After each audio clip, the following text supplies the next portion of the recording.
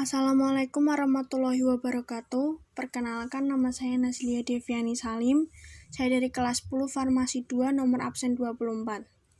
Di sini saya akan menjelaskan tentang sejarah Kerajaan Tarumanegara.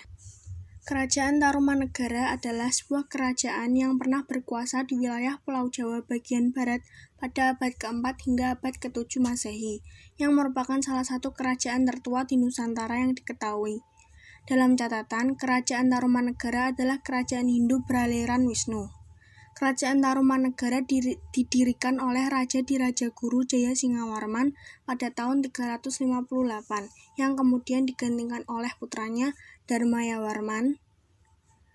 Jaya Singawarman dipusarakan di tepi Kali Gomati, sedangkan putranya di tepi Kali Candrabaga. Maharaja Purnawarman adalah raja kerajaan Tarumanegara yang ketiga. Ia membangun ibu kota kerajaan baru pada tahun 397 yang terletak lebih dekat ke pantai. Kota itu diberi nama Sundapura, pertama kalinya nama Sunda digunakan. Pada tahun 417, ia memerintahkan penggalian Sungai Gomati dan Candrabaga sepanjang 6.112 tombak atau sekitar 11 km. Selesai penggalian, Sang Prabu mengadakan selamatan dengan menyedekahkan 1.000 ekor sapi kepada kaum Brahmana. Tentang apa saja isi sejarah dari Kerajaan Tarumanegara. Yang pertama ada sumber-sumber sejarah. Bukti keberadaan Kerajaan Taruma diketahui melalui sumber-sumber yang berasal dari dalam maupun luar negeri. Sumber dari dalam negeri berupa 7 buah prasasti batu yang ditemukan 4 di Bogor, 1 di Jakarta, dan 1 di Lebak, Banten. Dari prasasti-prasasti ini diketahui bahwa kerajaan dipimpin oleh Raja Dirajaguru Jaya Singawarman pada tahun 358 Masehi. Dan beliau memerintah sampai tahun 382 Masehi. Makam Raja Dirajaguru Jaya Singawarman ada di sekitar Sungai Gomati.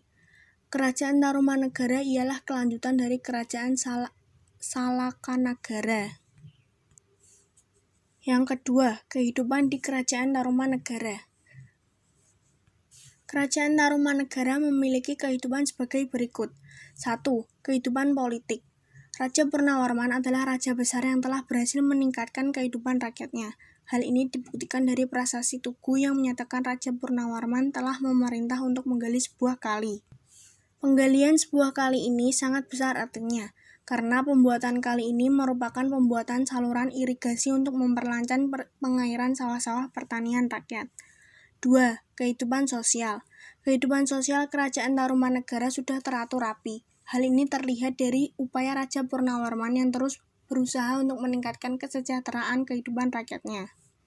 Raja Purnawarman juga sangat memperhatikan kedudukan kaum Brahmana yang dianggap penting dalam melaksanakan setiap upacara korban yang dilaksanakan di kerajaan sebagai tanda penghormatan kepada para dewa.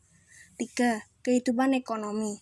Prasasti Tugu menyatakan bahwa Raja Purnawarman memerintahkan rakyatnya untuk membangun saluran air di Sungai Gomati sepanjang 6.122 tombak atau sekitar 11 km. Pembangunan terusan ini mempunyai arti ekonomis yang besar bagi masyarakat, karena dapat dipergunakan sebagai sarana untuk mencegah banjir di saat musim penghujan. Selain itu, juga digunakan sebagai irigasi pertanian serta sarana lalu lintas pelayaran perdagangan antar daerah di Kerajaan Tarumanegara dengan dunia luar dan daerah-daerah di sekitarnya. 4.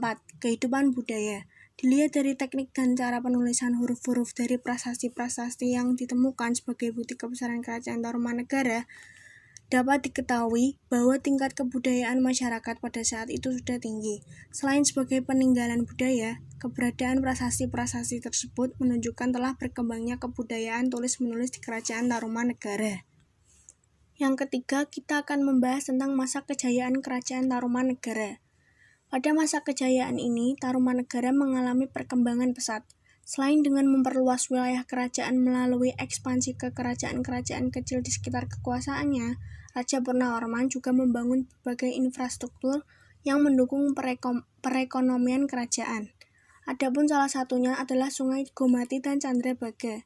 Kedua sungai ini selain untuk mencegah terjadinya banjir saat musim hujan, juga berperan penting dalam pengairan lahan pertanian sawah yang dulu menjadi salah satu penggerak kehidupan ekonomi masyarakat Kerajaan Tarumanegara. Masa kepemimpinan Raja Purnawarman dianggap sebagai masa kejayaan Kerajaan Tarumanagara. Selain itu juga karena kemampuan kerajaan yang mampu berkorban 1000 ekor sapi saat pembangunan kedua sungai itu. Yang keempat, runtuhnya Kerajaan Tarumanagara. Runtuhnya Kerajaan Tarumanagara tidak diketahui secara lengkap, karena prasasti yang ditemukan sebagian hanya menyampaikan berita saat pemerintahan Raja Purnawarman dan sisanya belum dapat ditafsirkan secara lengkap. Oke teman-teman, sekian penjelasan sejarah Kerajaan Tarumanagara dari saya. Mohon maaf jika ada salah kata. Wassalamualaikum warahmatullahi wabarakatuh.